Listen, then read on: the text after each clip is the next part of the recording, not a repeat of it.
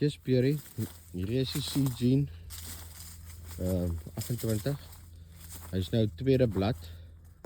So sy eerste oes wat hier afkom. Die korreltjies is 'n bietjie ronder as die Summer Peat. Hier sit heilig. Drywe.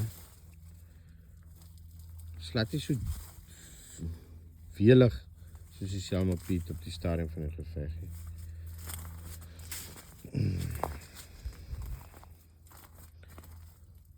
Maar hy sit, ja, hy is redelik.